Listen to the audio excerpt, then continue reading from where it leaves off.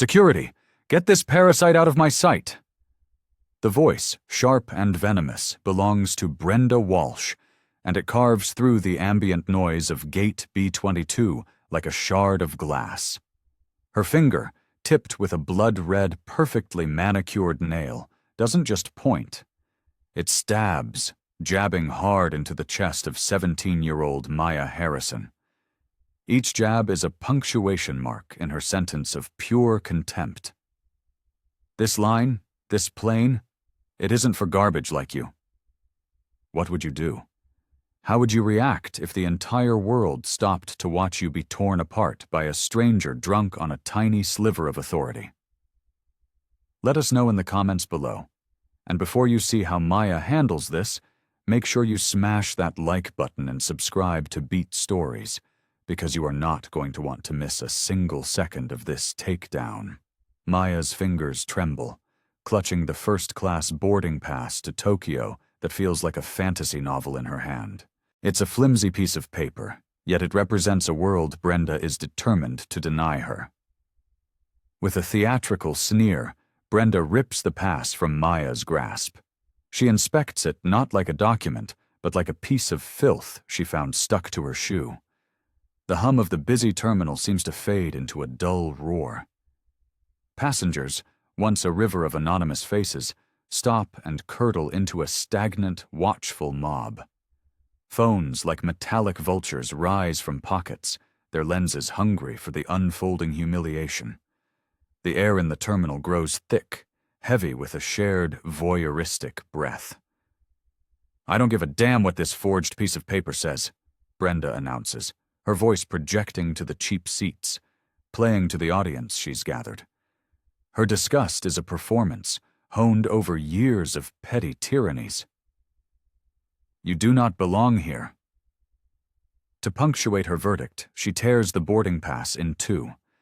The pieces flutter to the ground, two halves of a shattered dream.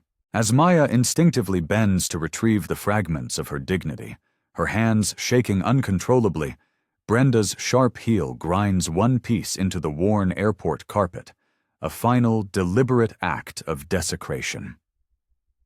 "Nice try, sweetheart," she coos, the word a poisoned dart. "But I've seen this pathetic little scam 1,000 times before." A hot, searing wave of humiliation washes over Maya's face. It burns hotter than any summer sun as hundreds of strangers watch her degradation, their silent judgment a crushing weight. But as she straightens up, her eyes are not filled with the tears Brenda so clearly craves. They are cold, clear, and focused. Her phone screen illuminates, the contact she's about to dial one that Brenda Walsh, in her wildest, most arrogant nightmares, could never, ever forget. The clock rewinds just 4 hours. Maya Harrison steps into the chaos of the international terminal, a solitary figure in a sea of rushing travelers. Her frayed backpack, a companion on a dozen high school trips, and a simple gray hoodie make her functionally invisible. Or worse, they make her a target for dismissive glances from the parade of luxury luggage and designer suits streaming towards the velvet ropes of the Apex Air first-class check-in. She feels the weight of their judgment, the silent questions in their eyes. She is a ghost in their world, a puzzle that doesn't fit.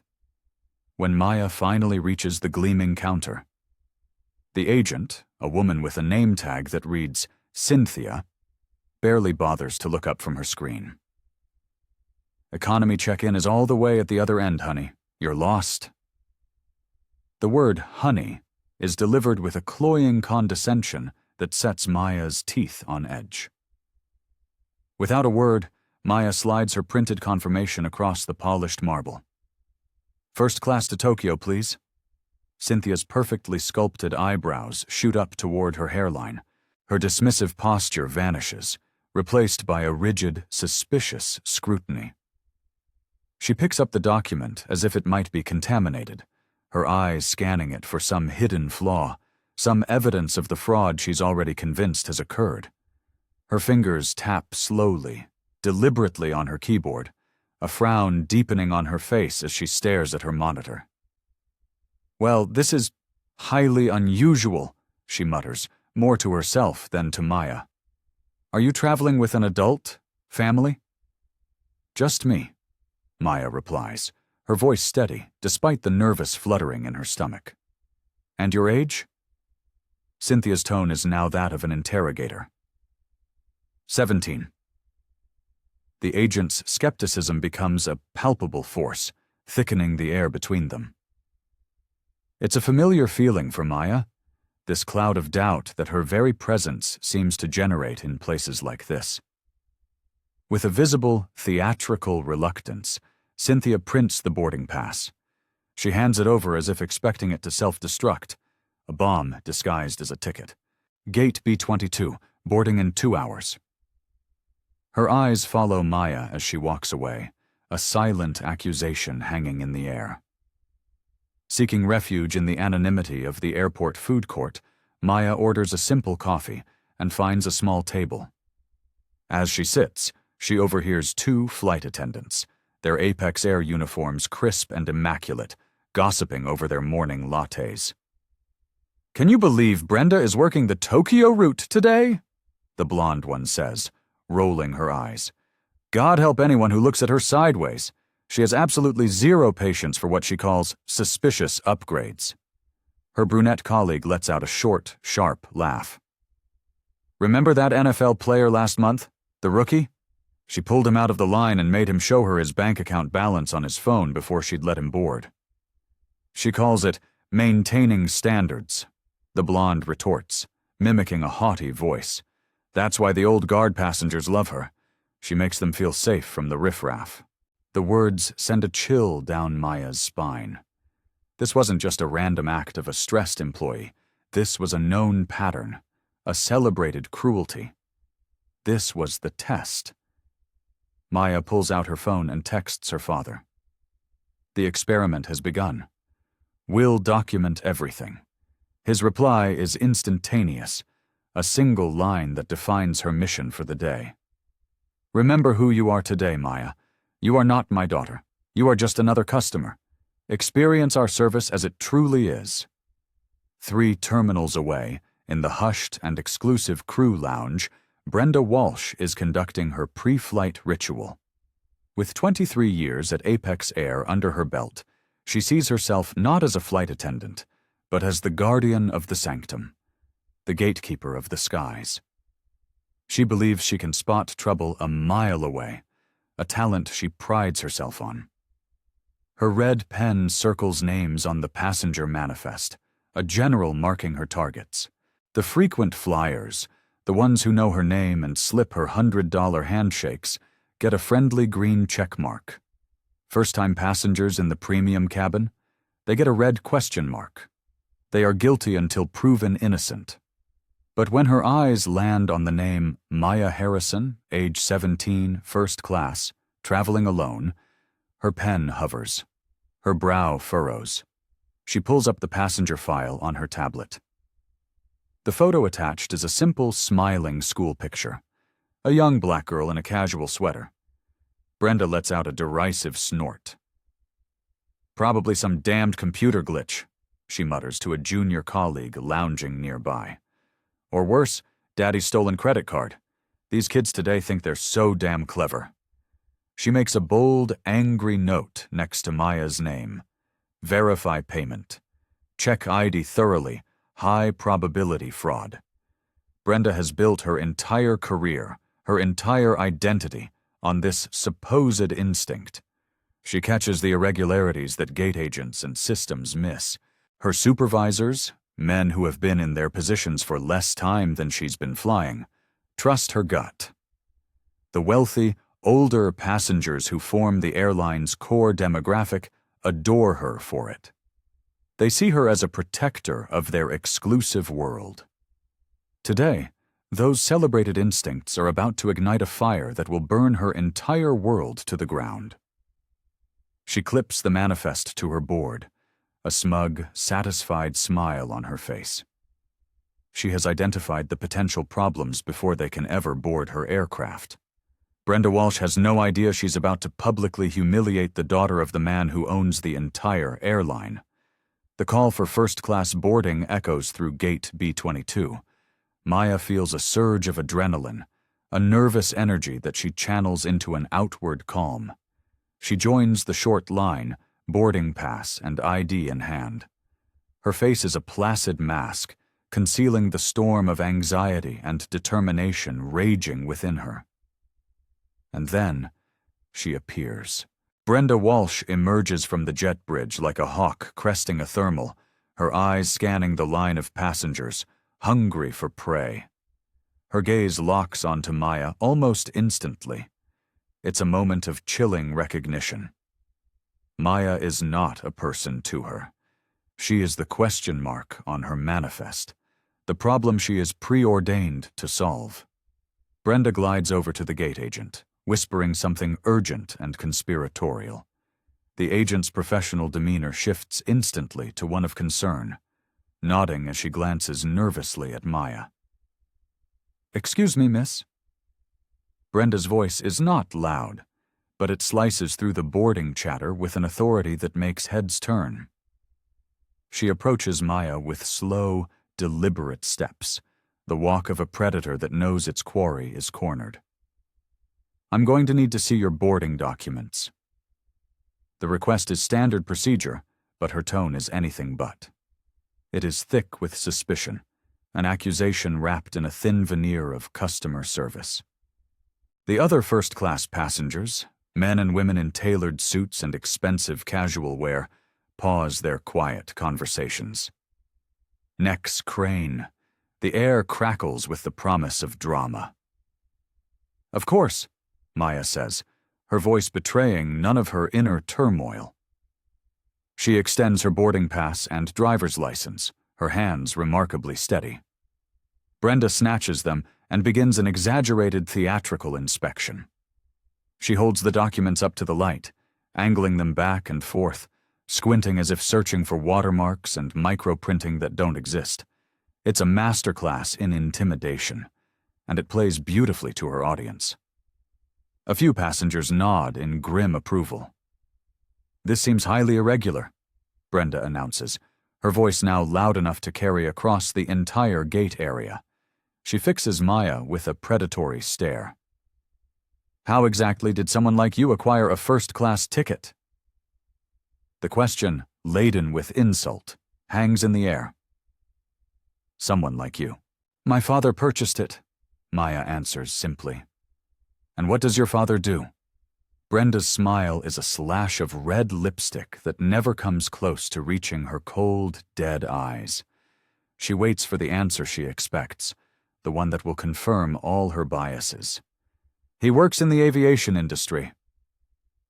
The vague answer is all Brenda needs. She exchanges a knowing, triumphant glance with a portly businessman standing behind Maya. The man mutters, just loud enough for those around him to hear, "Good catch, Brenda. These scams are getting out of control." "I'm going to need to run some additional verification," Brenda says, her voice dripping with false regret. She signals the gate agent with a flick of her wrist, her victory almost complete. "Pull up the full purchase history for this ticket. Cross-reference the payment method." The gate agent types, her face a mask of concentration. A few seconds later, a flicker of confusion crosses her face. The screen in front of her shows the unassailable truth. A legitimate, full-fare purchase made with a corporate black card. Expedited processing. Everything confirms Maya's story perfectly. The agent leans toward Brenda and whispers, her voice barely audible, "The system shows a valid purchase, Brenda. It's a corporate card. Looks like it's from headquarters."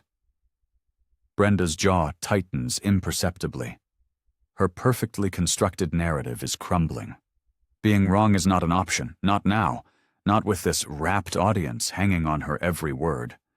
Her reputation, her very sense of self, depends on being right.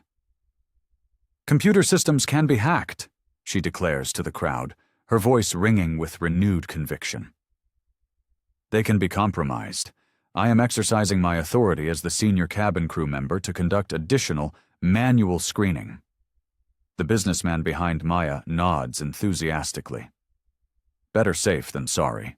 You can't be too careful with these kids today. Brenda feeds on his support, her confidence swelling with every murmur of approval from the onlooking passengers.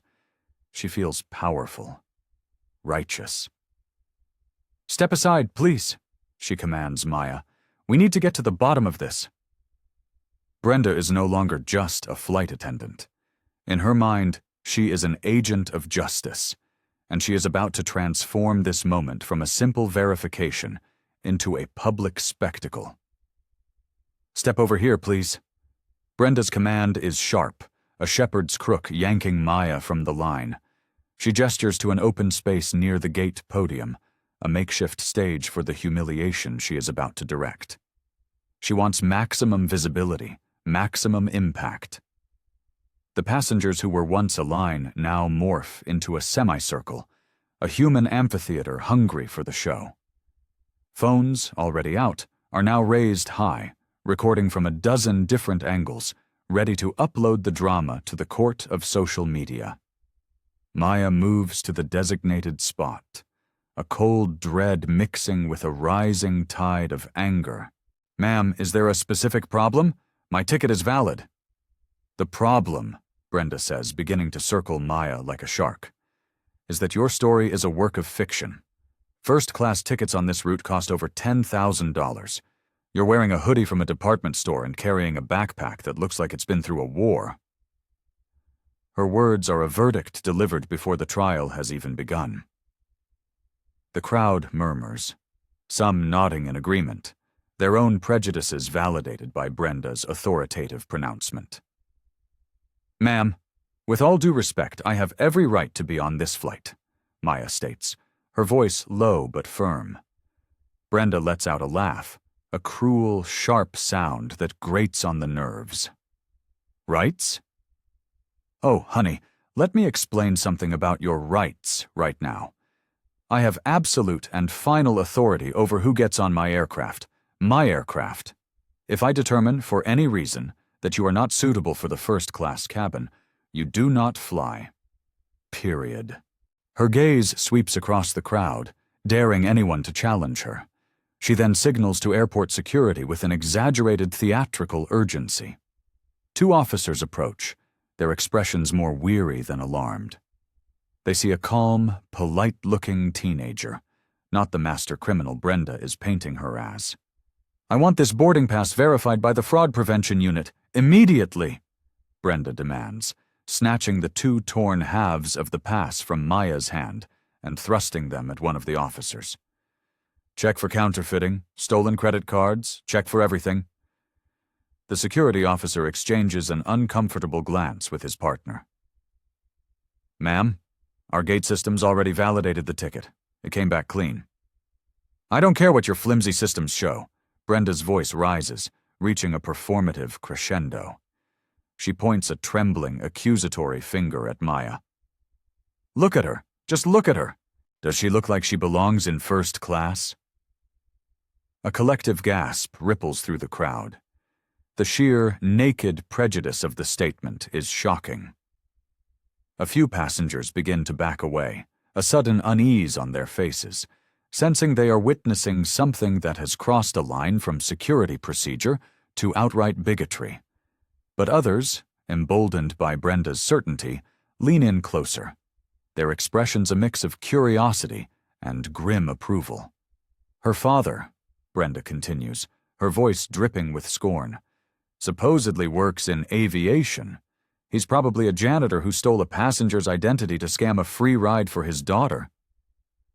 Maya feels the hot sting of tears welling in her eyes, but she fights them back with a force of will that surprises even herself. She remembers her father's words, a lesson taught over and over. Tears give the bullies exactly what they want. Don't ever give them the satisfaction. "I would like to speak with your supervisor," Maya says, her voice quiet but ringing with a newfound steel. Brenda steps closer, invading Maya's personal space, her voice dropping to a menacing hiss. "I am the supervisor here, little girl, and I'm telling you, and everyone else here, to take your pathetic fraud scheme and try it somewhere else. My aircraft, my cabin, maintain certain standards." The businessman from the line, now fully invested in the drama, chimes in again. "Just stick her in the back in economy, Brenda. Let's get this plane boarded." Brenda basks in the man's support, her cruelty expanding to fill the space her audience has given her. "No," she declares, shaking her head with an air of solemn duty. "She didn't just make a mistake. She attempted to defraud this airline. Security needs to conduct a full investigation before she gets the chance to try this on another flight." One of the security officers, clearly uncomfortable, attempts to de-escalate. "Miss, perhaps we could just call your father to verify—" "Her father?" Brenda interrupts with a booming, theatrical laugh of disbelief. "You mean the mysterious aviation worker who supposedly bought his teenage daughter a $10,000 plane ticket?" "Right." She sees Maya reach for her phone and physically blocks her arm. "Oh, no, you don't. No coaching from your accomplices." She turns to the security officers, her face a mask of grim determination. "Security, I want her detained, now. Detained until we can verify that she didn't use stolen credit card information to purchase this ticket." Brenda's finger jabs into Maya's chest one more time, a final, violating punctuation. "You picked the wrong flight attendant to mess with, sweetheart."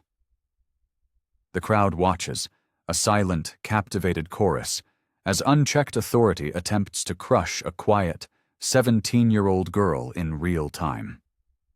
But as Maya looks up, her eyes are no longer those of a confused teenager. They are narrow, focused, and utterly devoid of fear.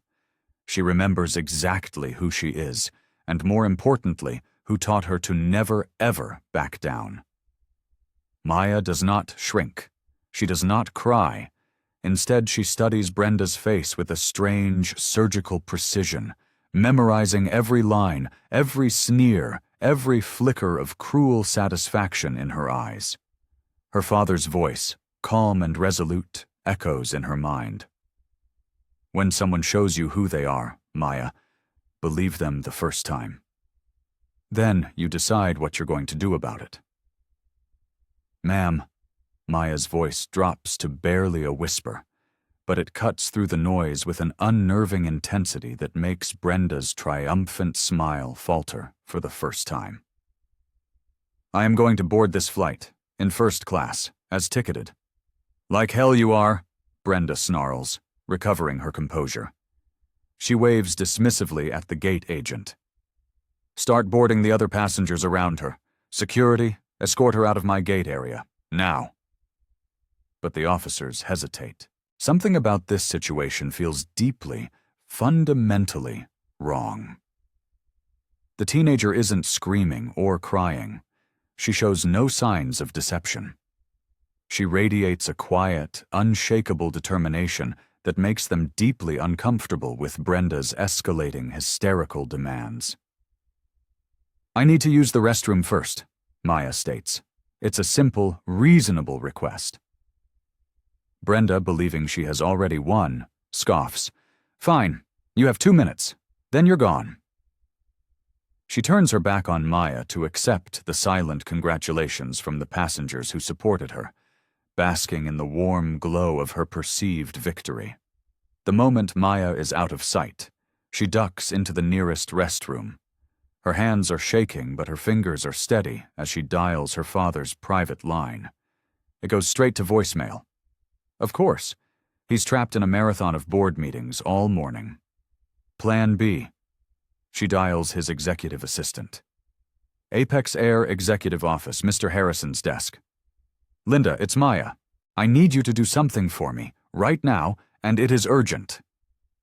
Linda's warm, professional tone shifts immediately to one of concern. "Maya, honey, what's wrong? You sound different." "I'm fine, Linda." But a senior flight attendant named Brenda Walsh just made the biggest mistake of her entire life. I need you to pull her complete employee file, everything, and then connect me to the head of passenger services immediately." "What's happening?" "No time to explain," Maya says, her voice carrying a cold, hard authority that Linda has only ever heard from one other person, Maya's father during a corporate crisis. "Patch me through to passenger services. Authorization code Delta 7 Alpha." Linda gasps. "It's an executive override code, reserved for the highest levels of corporate emergency." "Connecting you now, Maya." A moment later, a man's voice comes on the line. "Passenger services. This is Michael. How can I—" "Michael, my name is Maya Harrison.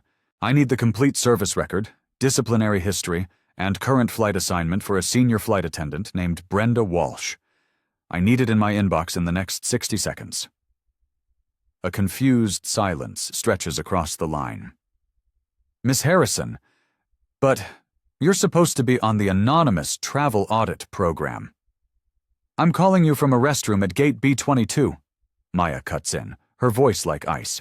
"Where your employee, Brenda Walsh, just publicly denied me boarding, accused me of credit card fraud in front of at least 200 witnesses, and physically assaulted me while multiple phones recorded every single second." The full, horrifying implications of her words hit Michael like a physical blow. "Jesus Christ," he breathes. What do you need?" "I need full documentation," Maya says, her executive training kicking into high gear.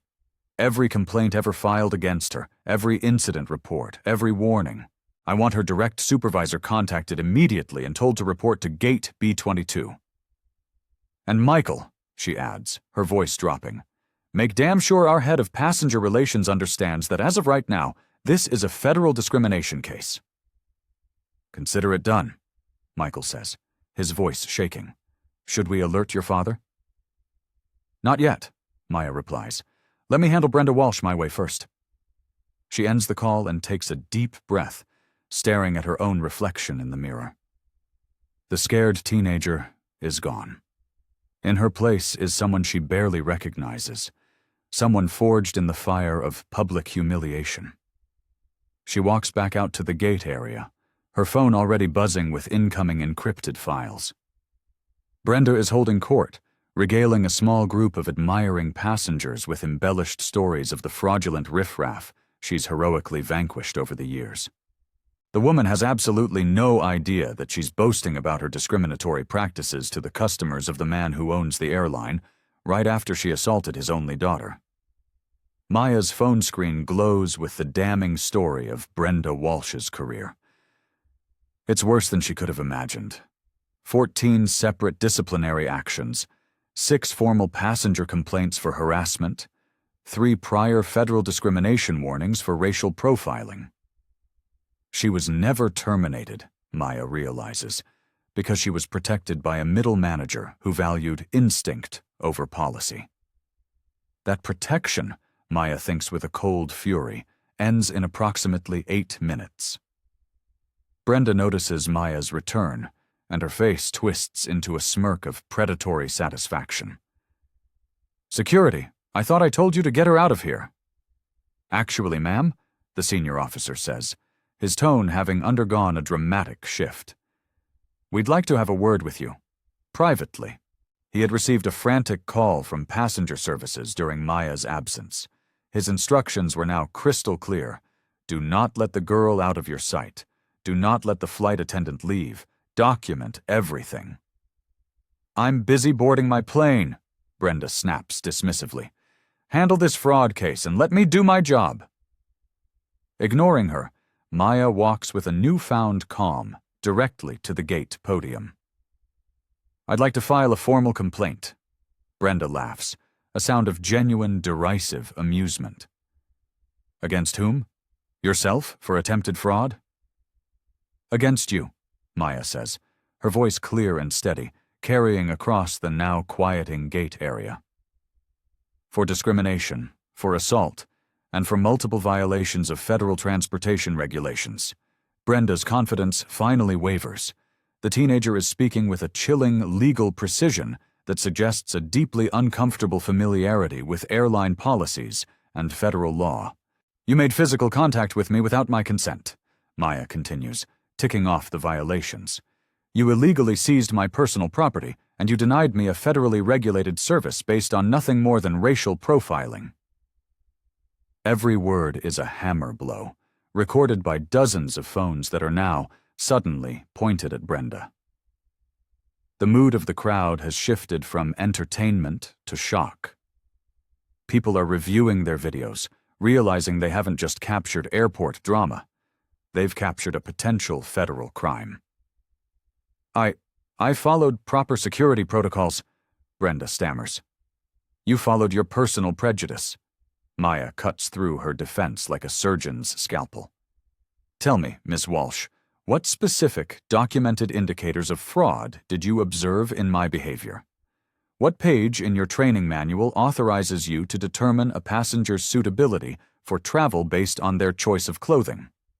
Brenda is thrown completely off balance. She expected tears, submission, a frightened retreat. She did not expect a cross-examination from a 17-year-old who sounds like she's just stepped out of a corporate law firm. "I have 23 years of experience with this airline," she sputters. 23 years of documented discrimination," Maya counters, holding up her phone. She angles the screen so those nearby can see the damning list of Brenda's disciplinary record, including the 3 previous racial profiling incidents that had somehow failed to end her career. The crowd falls silent.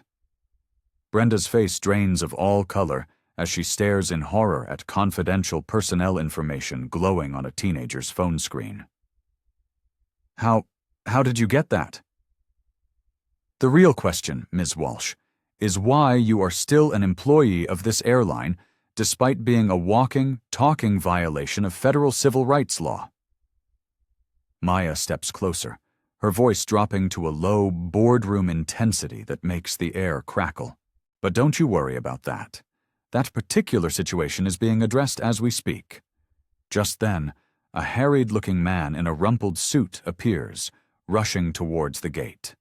It's Brenda's supervisor, James Mitchell, summoned by an emergency Code Red call from corporate headquarters about an executive-level passenger incident. His grim, panicked expression suggests that this conversation is not going to end well for Brenda.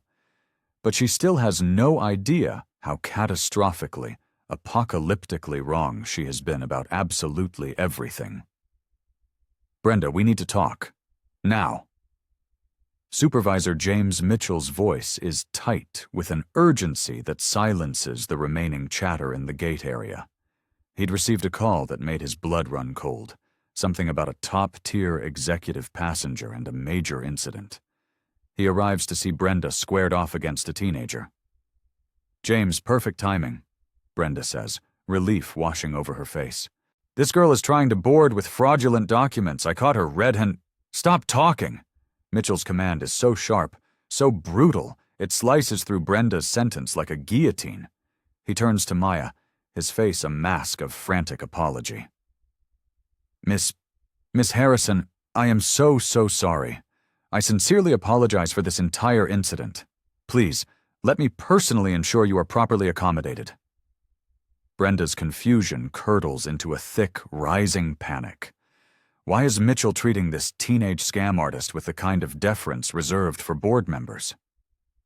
"I appreciate that, Mr. Mitchell," Maya replies, her tone as cool and polished as a boardroom table.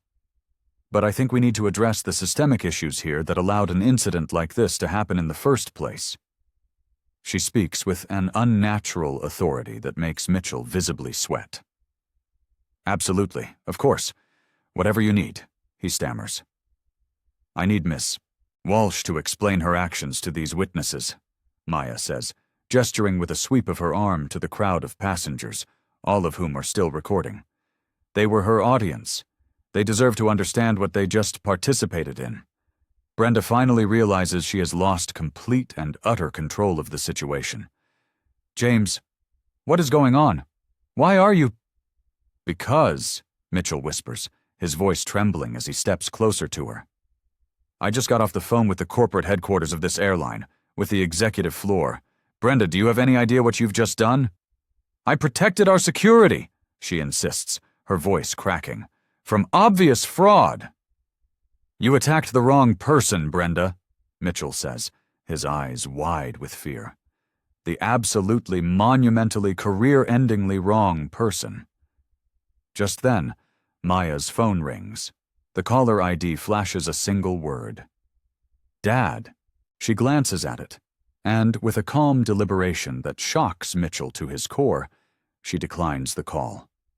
He recognizes the terrifying implication immediately. This teenager doesn't just have connections. She has the kind of power where she can send the CEO to voicemail during a crisis. Ms. Walsh, Maya says, her voice devoid of all emotion. You have 30 seconds to publicly apologize to these passengers for the blatant discrimination they just witnessed. Her calm, quiet ultimatum is more terrifying than any shouted threat could ever be. I will not apologize for doing my job properly, Brenda shrieks, her professionalism shattering into a million pieces. Your job, Mitchell says, producing his company tablet with trembling hands, ended approximately 10 minutes ago. Brenda Walsh, you are suspended effective immediately, pending a federal investigation.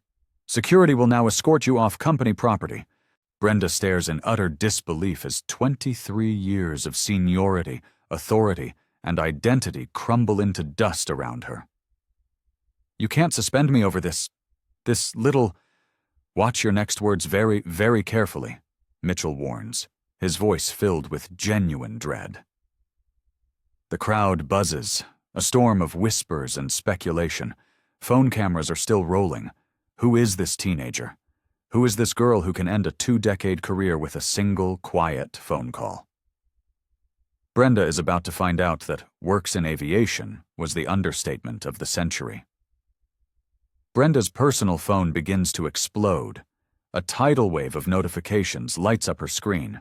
Text messages flood in from her colleagues. What did you do? Corporate is having a meltdown. Brenda, you're trending on Twitter. Got Apex Air racism. Call me. They're pulling you from the line. With a shaking hand, she opens her social media app.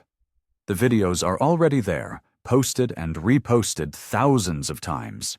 The hashtag, Airline Karen, is climbing the trending lists with terrifying speed. The comments are a torrent of pure vitriol, personal and brutal.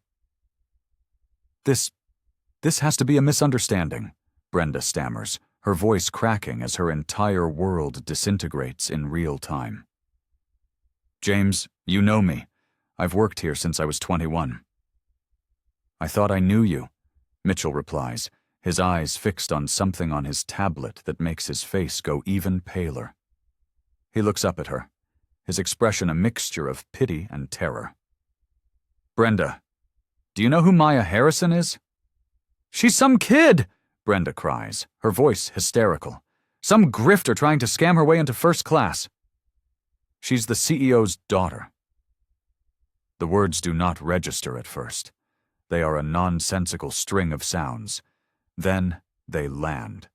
Each word is a physical blow, knocking the air from her lungs. The gate area, which had been buzzing with whispers, falls completely, deathly silent. The only sound is the quiet, relentless hum of phone cameras recording her utter and complete destruction. That's impossible, Brenda whispers. David Harrison doesn't have any kids. She stops, her mind flashing back to years of whispered rumors around the company. Stories about the CEO's fanatical, obsessive protection of his family's privacy. His 17-year-old daughter, Mitchell clarifies, his voice carrying the weight of a judge delivering a death sentence.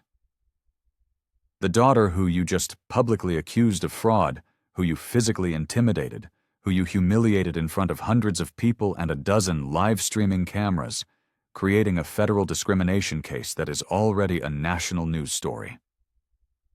Brenda's legs give out. She grabs the podium for support, her vision tunneling as the world tilts violently on its axis. I didn't know, she gasps. I didn't know she was... You didn't know because you saw a black teenager in a hoodie, and your brain defaulted to criminal. Maya's quiet voice cuts through Brenda's desperate excuse. Just like you did with the NFL player last month. Just like you've done, according to your file, in 14 other documented disciplinary incidents. The businessman who had been Brenda's most vocal supporter now looks like he's seen a ghost. He begins backing away slowly, frantically trying to delete the video from his phone, as if that could erase his complicity. The board of directors is convening an emergency session as we speak. Mitchell continues, his voice a relentless, damning litany. The legal department is preparing federal defense statements. Public relations is in full-blown 5-alarm crisis mode, and it's all because you couldn't see past your own ugly prejudices for 5 minutes. Brenda's phone rings. The caller ID says Apex Corporate Security. Her hands are shaking too violently to even attempt to answer it.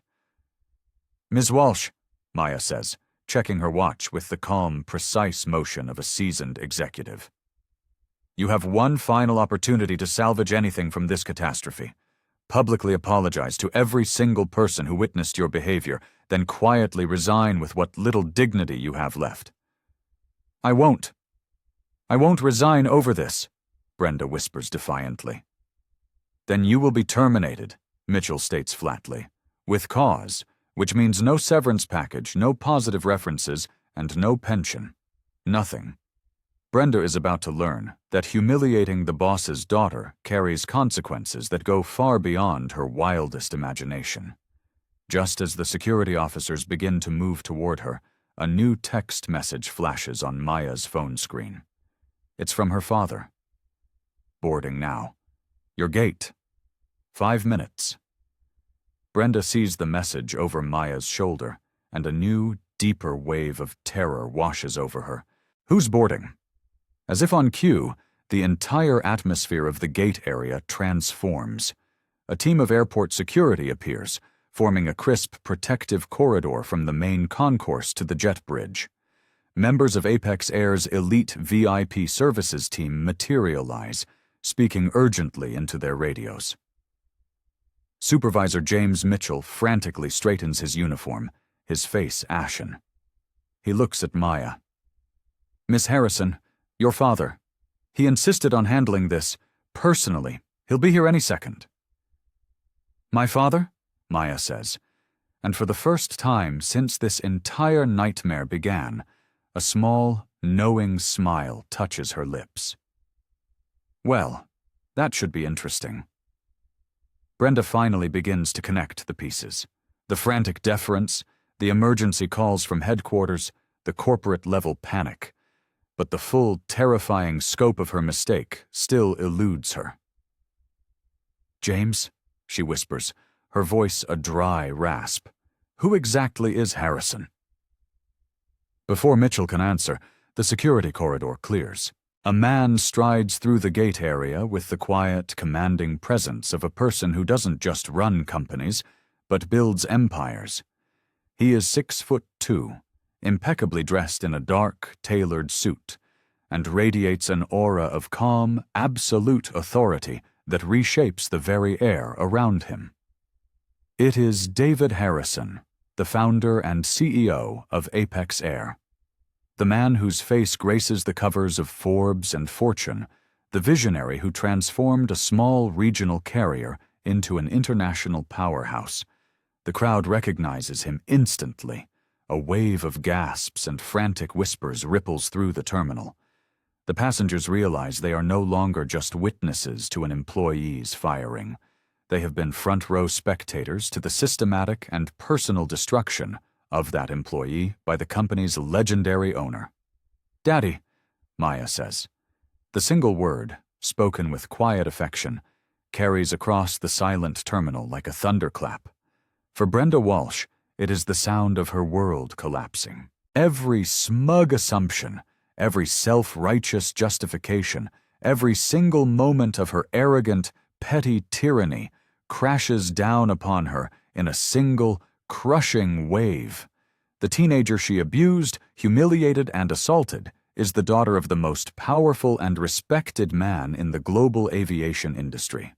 David Harrison surveys the scene, his expression as neutral and unreadable as a pilot's horizon, but his employees recognize the dangerous, icy stillness that always precedes a corporate earthquake. "Mr. Harrison, sir, I can explain everything," Mitchell begins, his voice desperate. "No need, James," Harrison says, his voice calm but carrying the unmistakable weight of billion-dollar decisions and boardroom conquests. "I reviewed the gate's security footage on my way over here." He turns his gaze, cold and hard as diamond, onto Brenda. "Ms. Walsh, I presume?" Brenda cannot speak. She can barely breathe. The full magnitude of her actions crashes over her, a tidal wave of pure, undiluted horror. 23 years with my company," Harrison begins, reciting her record from memory as if reading a disappointing quarterly report. 14 disciplinary actions, 6 formal discrimination complaints, 3 federal warnings for racial profiling, and today you chose to physically assault my daughter while publicly accusing her of felony fraud. "Sir, I didn't know she was—" "You didn't know because you saw a young black woman and your mind conjured up a criminal." Harrison's words hit like precision-guided munitions. "The same racist, baseless assumptions you have made repeatedly and with impunity throughout your entire career with my company." He turns slowly to address the mesmerized crowd, his voice rising to command their full attention. "Ladies and gentlemen, my name is David Harrison. You have just witnessed something that violates every single principle upon which I built Apex Air. I founded this company on the unwavering belief that every passenger, every single person, deserves to be treated with dignity and with respect." The phones are still recording his every word. This impromptu press conference will be replayed millions of times across every news network and social media platform on the planet. "Ms. Walsh's behavior today," he continues, his gaze returning to pin Brenda to the spot, "represents the absolute antithesis of our values. She profiled my daughter based on the color of her skin. She physically intimidated a minor. She denied a ticketed service based on nothing but her own personal prejudice." His voice builds with a methodical, controlled fury. "This ends. Now." Brenda finally finds her voice, a pathetic, pleading whimper. "Mr. Harrison, please, I made a mistake." "You made a choice," he corrects her, his voice devoid of any warmth. "You have been making this same choice for 23 years. You chose prejudice over policy. You chose assumptions over evidence. You chose public humiliation over basic human decency." He produces his own phone with a deliberate theatrical ceremony. "I am calling our general counsel right now. Federal discrimination charges will be filed against you personally within the hour. Criminal assault charges for laying your hands on my daughter, and a litany of civil rights violations for denying service based on race." Brenda's knees finally buckle. Her future is not just crumbling, it is being systematically obliterated in real time. "Sir, please," she sobs. "I have children, a mortgage." "The time for please was before you laid your hands on my child." Harrison's executive calm never wavers, making his words more devastating than any rage-filled shouting could ever be. "The time for please was before you tore up her boarding pass, before you publicly accused her of being a thief, before you called security to have her arrested for the crime of being a black teenager in a first-class line." He turns to Mitchell, his focus shifting with surgical precision. "James, Ms. Walsh's termination is effective immediately. Security will escort her from company property. Her badge, all access cards, and any and all company property are to be collected on the spot." The crowd watches in stunned, rapt silence as one of the most powerful CEOs in America utterly destroys a career in real time. transforming a horrifying act of discrimination into a brutal, unforgettable, teachable moment about consequences. But Brenda is about to learn that this is only the beginning of her destruction. "Our legal team is standing by for your statement, Ms. Walsh." David Harrison gestures to two sharply dressed individuals, a man and a woman, who seem to materialize out of the crowd. They are the company's top litigators. "But first," Harrison continues, his voice resonating with cold authority, "let's address the broader implications of your actions here today." Brenda stares at the approaching lawyers in growing horror. A statement? Federal law required detailed documentation for civil rights cases. Her spontaneous, public tirade was now evidence in a federal investigation. "Your behavior today violated the Civil Rights Act of 1964, multiple Federal Aviation Administration regulations, and at least a dozen sections of our own company policy," the female attorney Sarah Chen begins, her tablet already open. Her voice is crisp, professional, and utterly devoid of sympathy. Each violation carries its own specific set of penalties. Harrison continues his systematic dismantling with the precision of a corporate takeover. "James, I want every single passenger who was forced to witness this incident to be fully compensated. Full refunds for their tickets, automatic first-class upgrades on all their future flights with us for the next 5 years, and a formal, written apology from me personally." "Absolutely, sir. Right away." Mitchell scribbles frantically in a notebook. "I also want a complete, top-to-bottom audit of Ms. Walsh's entire service record, every passenger interaction, every flight log, for the past 10 years. Any further evidence of discriminatory behavior is to be compiled and handed over to federal authorities immediately." Brenda feels the scope of her personal apocalypse expanding exponentially, far beyond her worst nightmares. "Mr. Harrison," she pleads, "surely we can resolve this internally, through HR." Harrison lets out a short, sharp laugh that contains no humor whatsoever. "Internal resolution? You assaulted my daughter in front of 200 witnesses while their phones recorded every second of it for the world to see. This stopped being an internal matter the moment you decided to make a public spectacle of your own bigotry." His phone buzzes incessantly, texts and emails from board members, media outlets, government officials, all responding to the viral videos that are now spreading across the globe like a digital wildfire. The Apex Air stock price is already fluctuating with each new headline.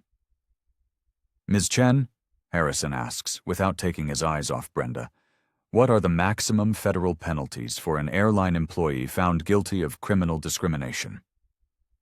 "Criminal charges can carry up to 10 years in a federal prison, sir," Chen replies coolly. "Civil penalties can reach upwards of $150,000 per violation. The victim can also seek unlimited additional damages for emotional distress, punitive measures, and all associated legal costs." Brenda's face goes ashen.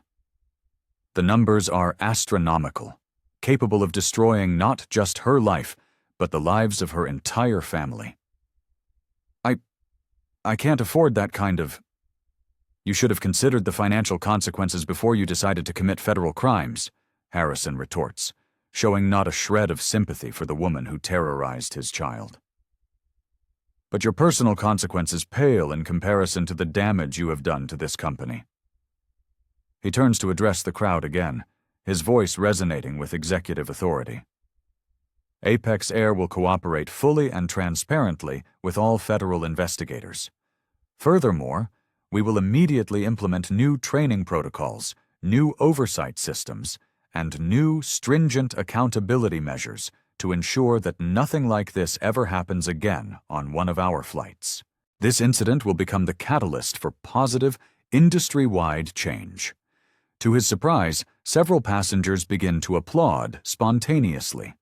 They are witnessing something almost unheard of in modern corporate life: real, immediate, and decisive accountability. A passenger from the back calls out, Mr. Harrison, that's great, but how do we know this isn't just PR damage control? Harrison nods, appreciating the challenging question. A fair point. Here is what happens next. Within 30 days, we will publish a comprehensive, public Dignity in the Skies plan. Every single Apex Air employee, from the baggage handlers to the boardroom, will undergo mandatory, quarterly implicit bias training with real, career-ending consequences for failure. Our customer service representatives will be given the authority and the mandate to override any decision made by any employee that appears to be discriminatory in nature. He continues, building momentum, masterfully turning a corporate disaster into a branding opportunity. We are establishing a new, independent passenger advocacy board with genuine power to investigate complaints. Every allegation of discrimination will get an external review by leading civil rights experts. Any employee found guilty of bias will face immediate termination and referral for federal prosecution. Brenda watches as her former colleagues, the same people she gossiped with in the break room, film her boss's promises on their phones. She realizes with a sickening certainty that the company is using her personal destruction as the foundation for its corporate transformation. Additionally, Harrison announces, Apex Air will immediately fund a multi-million-dollar scholarship program for underrepresented students who wish to pursue careers in aviation. Because the best and only response to discrimination is to create opportunity for everyone. The crowd erupts in genuine, sustained applause. David Harrison has, in the space of 10 minutes, transformed a viral discrimination crisis into a powerful moment of corporate leadership that will be studied in business schools for decades. Attorney Chen steps toward Brenda, holding out a set of legal documents. Ms. Walsh, you have the right to legal representation during federal questioning. I would strongly advise you to secure a lawyer. I want to explain my side of what happened, Brenda whimpers. There is no your side to federal discrimination. Chen's interruption is sharp and final. There are facts, there are witness statements, there is high-definition video evidence, and there are legal consequences. Your explanations will not change a single one of those realities. Harrison checks his watch with executive precision. The FBI's Civil Rights Division is dispatching agents to interview witnesses now. As of this moment, this gate area is officially a federal crime scene. The word FBI sends a new jolt of terror through Brenda. This has transformed from a terrible employment dispute into a federal criminal case with life-altering, terrifying implications. "Sir, I have children," she cries. A last, desperate plea. A mortgage. Responsibilities. "So did every passenger you discriminated against over the past 23 years. Harrison's response carries no warmth, no pity. Their personal situations didn't stop you from treating them with systematic contempt. Just then, the first media crews arrive, cameras rolling, having tracked the viral videos to their explosive source. Harrison sees not chaos, but opportunity. "Ladies and gentlemen of the press," he begins, his voice booming across the concourse. "Apex Air has always believed that it is our response to a crisis that defines our true character. Today we choose accountability over excuses. We choose systemic change over minimal compliance." Reporters shout questions, but Harrison maintains absolute control of the narrative. "Ms. Walsh will face the full legal consequences for her criminal actions. Our company will implement the most comprehensive anti-discrimination program in the history of commercial aviation." "And my daughter," he says, putting a protective arm around Maya, "will now board this flight in first class, as ticketed, with the dignity and respect that every single one of our passengers deserves." Brenda Walsh finally understands. She has not just been fired. She has been erased. She has become the poster child for everything wrong with corporate culture. Her name, her face, her actions will be referenced in business schools, legal textbooks, and sensitivity training seminars for decades to come. A permanent monument to prejudice and its consequences. A reporter calls out, "Mr. Harrison, what message does this send to your employees?" David Harrison's answer rings across the terminal like a new corporate manifesto. Simple. Discrimination has consequences. Real consequences. Career-ending, life-altering consequences. Bias isn't just morally wrong. In this company, it is now legally actionable and professionally fatal. Brenda's phone, still buzzing in her hand, is a conduit of her social execution. Messages from family, friends, and former colleagues paint a horrifying picture. The videos have reached millions. Her face is now, and will forever be, synonymous with airline discrimination worldwide. "Security," Harrison says, his voice dropping back to a quiet command. "Please escort Ms. Walsh from the premises. Her employment with Apex Air is terminated, effective now. All benefits, pension contributions, and severance are forfeited due to termination with cause for gross misconduct." The officers finally take her by the arms. As they lead her away, a pariah in the company she served for more than half her life, Brenda knows, with a chilling certainty, that her legal nightmare is just beginning. What do you think is a just punishment for Brenda's actions? Should a single mistake, no matter how awful, ruin someone's entire life? Let us know your thoughts in the comments. And if you believe in the kind of accountability you just witnessed, hit that like button to help this story reach more people. 3 weeks later, Brenda sits in a sterile federal courthouse, facing the Honorable Judge Patricia Williams. The civil rights hearing has become a national media event, with Apex Air's radical transformation serving as a stark, dramatic counterpoint to Brenda's complete and utter downfall. "Ms. Walsh, you stand accused of violating federal civil rights law, assault, and discrimination under the color of authority." Judge Williams's voice is deep and resonant with judicial gravity as she reviews the mountain of evidence before her. "How do you plead?" Brenda's overworked, exhausted public defender whispers urgently in her ear, but she is lost in a fog of denial and self-pity. "Not guilty," she mumbles. "I was just performing my job duties." "And your job duties included the physical intimidation of a minor?" Judge Williams' sharp question hangs in the air, instantly silencing the packed courtroom.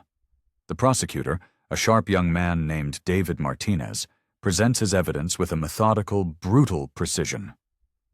"Your Honor, the defendant's actions were not just inappropriate. They were criminal. They were recorded by dozens of witnesses. The video evidence shows a clear, undeniable pattern of discrimination based on race, followed by physical contact without consent, and a shocking abuse of corporate authority." He plays the footage from the gate area on the large courtroom screens. Brenda is forced to watch her own destruction in high definition. Seeing her sneering face, hearing her cruel words from an outside perspective for the first time, a wave of nausea washes over her. The cruelty is undeniable. It is stomach-turning. "Furthermore, Your Honor," Martinez continues, "the defendant's employment records provided by Apex Air show a documented pattern of this exact behavior spanning her entire career. 14 prior incidents, 6 formal passenger complaints, 3 federal warnings, all of which were ignored by both the defendant and by the airline's previous management structure." Judge Williams pages through Brenda's personnel file, her expression growing more and more concerned. "Ms. Walsh," she says, looking over her glasses at Brenda. "Your record indicates repeated issues with bias over many years. What specific training did you receive from your employer to address these documented problems?" The company provided some workshops," Brenda stammers. "And did you attend these mandatory workshops, Ms. Walsh?" Brenda's silence is the most damning answer she could possibly give. It echoes through the silent courtroom, an admission of willful negligence. David Harrison is called to the witness stand. His testimony is measured, powerful, and devastating. Your Honor, my daughter experienced a trauma that no child should ever have to endure, especially not at the hands of someone entrusted with her safety. But more importantly, Ms. Walsh's actions were not an isolated incident. They were the symptom of a systemic problem that we at Apex Air are now aggressively addressing, not just within our company but across the entire industry. He details the comprehensive response, the complete policy overhaul, the mandatory bias training with real-world consequences, the new independent oversight board, and the zero-tolerance enforcement. In the last 3 weeks, as a result of our internal audit inspired by this case, we have terminated 12 additional employees found guilty of discriminatory behavior. Judge Williams nods, her expression one of clear approval. Mr. Harrison, your company's response to this crisis demonstrates a level of corporate responsibility rarely seen in cases of this nature. Brenda's defender attempts a desperate, last-ditch plea for mercy. Your Honor, my client's career is over. She is unemployable in the aviation industry. She faces complete financial ruin and endures constant social ostracism because of the viral videos. Hasn't she already suffered a proportional consequence for her actions? Has she? Judge Williams's sharp gaze fixes on Brenda, her intensity pinning her to her chair. Ms. Walsh, do you finally understand the profound impact of your actions on Miss Harrison? Yes, Your Honor, Brenda whispers. Do you understand the broader impact on every single passenger who witnessed your behavior? Every person of color who saw those videos and recognized in them their own painful experiences with institutional discrimination? Brenda nods weakly, the full scope of her actions finally, truly dawning on her. Do you understand? The judge's voice rises with righteous anger. That your